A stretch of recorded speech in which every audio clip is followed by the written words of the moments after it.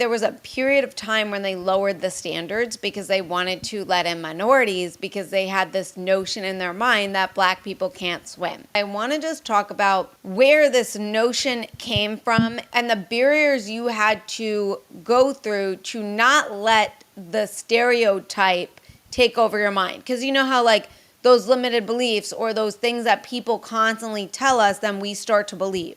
So how did you not allow that? Yeah, absolutely. So, I mean, there is some truth in it, right? I think one, right now, when I wrote the book, it was 64% of Black youth couldn't swim. Right now, this year, only a year later, it's up to 70% of Black youth can't swim. You said stereotype, and that's the correct word. I think some people think it's a racist thing or something like that when people are having this conversation. So it has nothing to do with racism. It is a stereotype. And it's not that Black people actually can't swim. I think a more fitting thought would be maybe don't swim or, don't swim often type of thing. But I really believe the problem comes from access and opportunity. So, in the book, I do talk about the history and kind of how we got there. But Blacks are capable of swimming.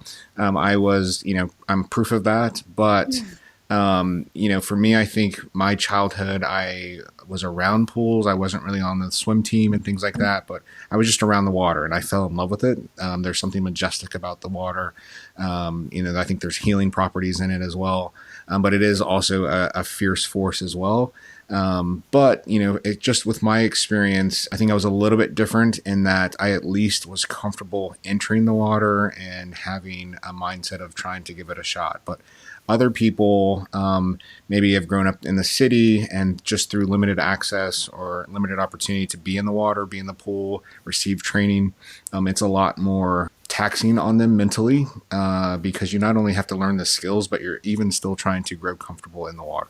So I know people that were on swim teams. I know Division I swimmers that struggled in dive school. And so it's really not just about swimming. It really is about being comfortable and really pushing yourself past your own limits. As far as how I conquered it, it was just day by day, right? I think I don't like being told I can't do something. And I think I was lucky enough to have someone tell me that I couldn't do it. And I set out to prove them wrong. And sometimes it's ourselves that are we tell ourselves that we can't do things.